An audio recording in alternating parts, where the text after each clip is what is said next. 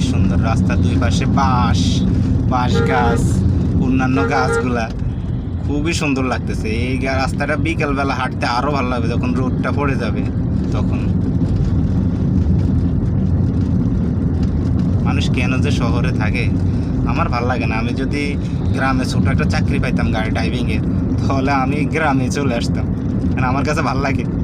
এই সে সুন্দর পরিবেশ, খাওয়ার কষ্ট নাই, থাকার কষ্ট নাই, আপনার টাইম মতো ভালো খাবার খাচ্ছি, পানিটাও ভালো পাইতেছি।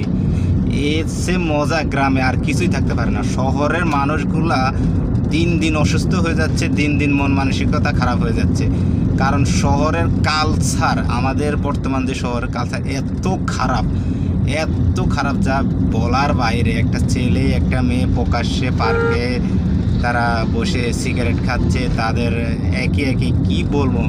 তারপরে প্রকাশ্যে ভার্সিটিগুলোর সামনে চা খাচ্ছে, সিগারেট খাচ্ছে ছেলে মেয়ে একসাথে।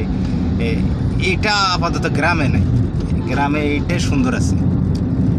গ্রামে একটা সামাজিক ব্যবস্থা আছে, এই জন্য গ্রাম ভালো লাগে। মানুষ আপনি দেখবেন এই শহর খালি হয়ে যাচ্ছে কেন? এতে পরিবার নিয়ে অনেকে না, আমার তার কেউ নেই গ্রামে, নিজে বাড়ি আছে, বলছে গ্রামে ঈদ করুন। কেন?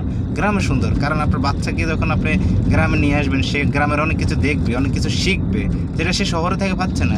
সে এখানে থেকে অনেকের সাথে মিশবে, সেখানে অনেক কিছু জানবে, এসে সবুজ শ্যামল দেখবে। তার গ্রামে আসার জন্য তাকে উৎসাহিত করবে। আপনার শহরে থেকে তাকে ইট বালু সিমেন্টের পাথরের শহরে রেখে সপ্তাহে একদিন পার্কে নিয়ে যাবেন,